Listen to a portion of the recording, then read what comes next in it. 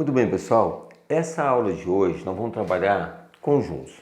Então eu escolhi aqui algumas partes de conjunto que eu vejo que o pessoal tem muita dificuldade para poder comentar com vocês, porque o estudo de conjunto, como vocês sabem, ele é muito extenso. Mas vamos para aquelas partes onde mais está massacrando o pessoal aí.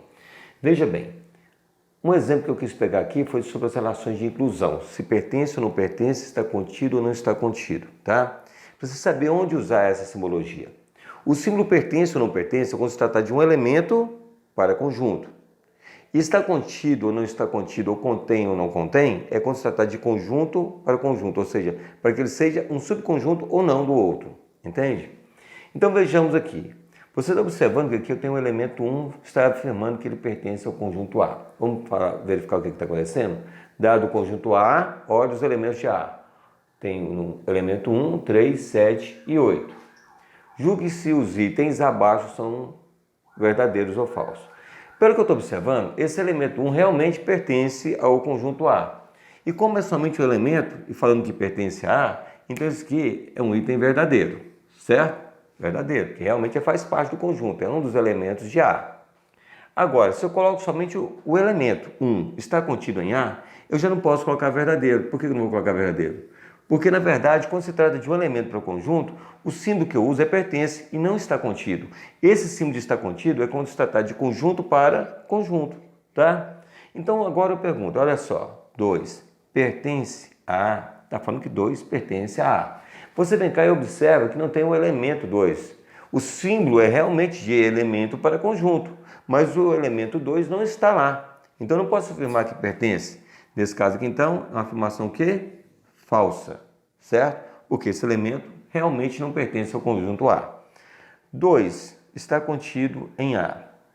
Mais uma que não precisa nem de olhar, não tem nem 2 lá, então mais uma vez falou que está contido por 2 motivos. Primeiro, porque o símbolo não é o correto para elemento. Segundo, porque nem 2 temos um conjunto A, tá? 3 pertence a A, opa, olha o 3 aqui, certo? Então o elemento 3 realmente pertence a A, como se trata de elemento para conjunto, nesse caso, verdadeiro. Veja bem, agora que eu coloquei um parênteses. Quando você coloca dentro de um parênteses, aqui é um conjunto unitário, ele é um subconjunto do conjunto A, porque o elemento 3 está lá e está aqui também. Nesse caso, então, tudo bem, aí eu vou utilizar o símbolo está contido, porque se trata de um subconjunto de A. Então, esse subconjunto realmente faz parte do conjunto A, então aqui é o quê? Verdadeiro. Agora, a mesma situação, é subconjunto. Eu posso utilizar o símbolo pertence? Não, porque esse símbolo pertence se tiver somente o quê? O elemento, como está aqui, olha. Então aqui é uma afirmação falsa, porque eu não posso utilizar pertence quando se trata de conjunto para conjunto. O 7, está aqui, olha, 7 realmente está lá, mas é um subconjunto, porque está dentro de chave, tá vendo? Conjunto unitário. Ele está contido em A? Ele é um subconjunto de A? Sim. Então aqui eu posso colocar, já que se trata de conjunto para conjunto, está contido, então verdadeiro. Mas agora veja bem, subconjunto, pertence a A. Esse símbolo de pertence não serve para tratar de conjunto para conjunto. É de elemento para conjunto, logo aqui a afirmação é falsa. Então a orientação que eu tenho para vocês é saber utilizar exatamente essas relações, né, de inclusão corretamente. Pertence ou não pertence, de elemento para conjunto, está contido ou não está contido, é de conjunto para conjunto, ou seja, quando se tratar de um subconjunto ou não do outro, tá? Vamos ver mais alguns detalhes sobre conjuntos. Muito bem, pessoal, aqui nós vamos trabalhar agora nesse conjunto das partes. O que você pode fazer em conjuntos? Todos os subconjuntos daquele conjunto. Então, dado o conjunto A, 1, 3 e 7, o conjunto B, 1, 2, 3 e 4. Determine primeiro as partes de A. São todos subconjuntos que você pode fazer com esse conjunto A, entendendo um detalhe. O conjunto vazio é subconjunto de todos os conjuntos. Então já começa com ele. Começa aqui, olha, com o conjunto vazio, certo? É 1. Aí você vai fazer aqueles elementos unitários que você pode fazer. Por exemplo, com o elemento 1, com o elemento 2. Opa, 2 não tem, né? 3. Vou colocar aqui 3. O 3. Unitário com o elemento 7. E agora vamos fazer de 2 elementos, que é possível ser feito, vamos fazer tudo também. Olha só aqui, olha. Eu faço o 1 com 3. Eu faço o 1 com 7. eu faço o 3 com 7. Então, todos os elementos com um só elemento unitário, com 2, e agora o próprio com 3. Que vai ficar 1, 3 e 7, que é subconjunto dele mesmo. Vamos contar quantos elementos tem? 1, 2, 3, 4, 5, 6, 7, 8. São 8. Na verdade, para você tirar a prova, é só você colocar 2 elevado a n, ou seja, são 3 elementos? Então, 2 elevado ao cubo é igual a 2 vezes 2 vezes 2, que é igual a 2 vezes 2, 4 vezes 2, 8 elementos, então está correto. Aqui são todos subconjuntos do conjunto A.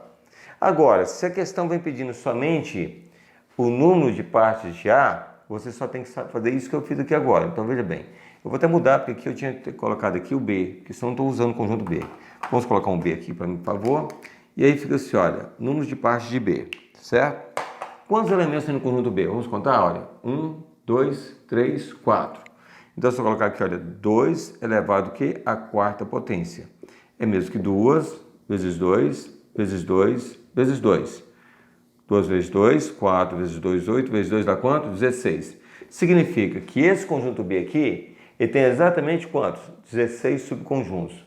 O conjunto A, eu tenho 8 subconjuntos, até conseguir mostrar para vocês, porque pediu as partes de A que são exatamente subconjuntos. Então isso aqui é muito simples, mas muitas vezes acontece de cair a quantidade de subconjunto de um conjunto. Você tem que entender que é uma potência de base 2, onde N, que você vai colocar aqui, é a quantidade de elementos do conjunto, e assim fica tudo tranquilo, tá? Vamos para mais uma parte. Muito bem, pessoal, agora vamos falar sobre a parte de união, intersecção e diferença entre conjuntos, né? Bom, eu coloquei aqui um terceiro exemplo, dados os conjuntos A. Olha os elementos de A. A, B, C, D e E. E o conjunto B, A, E, I, O, U. Temos então, no caso, os dois conjuntos, né, com alguns elementos iguais, outros não. E vamos então partir para a união. Quando se tratar de união, a união entre dois conjuntos, todos os elementos que estão no conjunto A e todos os elementos que estão no conjunto B têm que entrar então nessa união. Então nós partimos do momento que vamos fazer isso aqui, olha. Vamos colocar o A, o E, aliás, olha lá, vamos colocar o B logo na ordem, B, o C, o D, certo? O E tem nos dois, coloca também, não coloca duas vezes, uma só vez, tá vendo? O E, o I, o O e o U. Muito bem. Você pensar que se você vai somar os elementos desse conjunto, os elementos desse conjunto vai dar igual que os elementos desse, a soma, está errado, porque aqueles elementos que são intersecção só vão entrar uma vez. Então, todos os elementos que tem aqui, olha, A, B, C, D, E. A, B, C, D, E. Tá todos aqui, certo? E ainda está aqui, olha, A, E, I, O, U. A, E, I, O, U. Ou seja, todos os elementos estão representados em um único conjunto. Isso é união. Agora, então, o que vem a ser intersecção? Intersecção é aqueles elementos que estão em A e em B ao mesmo tempo. Eu pergunto, o A está aqui e está lá também? Sim, então ele vai entrar. O A entrou. O B, vamos ver aqui primeiro. O B está lá, mas não está aqui. O C também não está aqui. O D também não está aqui. O E está nos dois? Sim, então o E também entra. Então isso aqui é intersecção. O O só tem aqui, não tem lá, o U também não, então só deu o quê? 2 elementos. Então intersecção são os elementos que pertencem aos dois conjuntos ao mesmo tempo. União é todos os elementos dos dois conjuntos em um único conjunto. Você, então no caso, agrupou tudo em um só. Agora pensando em diferença. Quando se trata de diferença aqui, pessoal, A menos B. Quando você for fazer uma subtração de conjuntos, são então A menos B é todos os elementos que estão no conjunto A, mas não estão no conjunto B. Veja bem, o A está aqui, então ele não entra. O B não está, então ele vai entrar. Tudo que estiver no conjunto A que não estiver em B vai entrar, porque é o B. O C também não está aqui, ele entra. O D também não está aqui, ele entra. O E está aqui, então ele não entra. Então, A menos B é tudo aquilo que está em A, mas não está em B. Quando você vai fazer o contrário, que é B menos A, você vai olhar daqui para agora. É tudo que está em A, mas não tudo que está em B, mas não está em A. Então acompanha comigo aqui agora, pessoal, essa subtração. Em B, O A, tem lá, então foi abatido. O E, opa, não, ó, também foi abatido, tem lá, ó, tá vendo? O I, não tem, então vai entrar aqui, olha. Elementos que estão no conjunto B, mas não estão no conjunto A. O O também entra, ó. O O e por último o U também. Olha a diferença que dá então. No caso, A menos B não é o mesmo que B menos A. Porque A menos B é os elementos de A que não estão em B. Não é isso? E B menos A, os elementos que estão em B e não estão em A, certo? Fica então as operações de subtração de conjuntos, união e intersecção. Espero poder ter ajudado vocês um pouquinho então em relação ao estudo de conjuntos, né, nessa parte básica aí. Logo na frente nós vamos estar soltando aí como resolver problemas através de conjuntos. Até a próxima.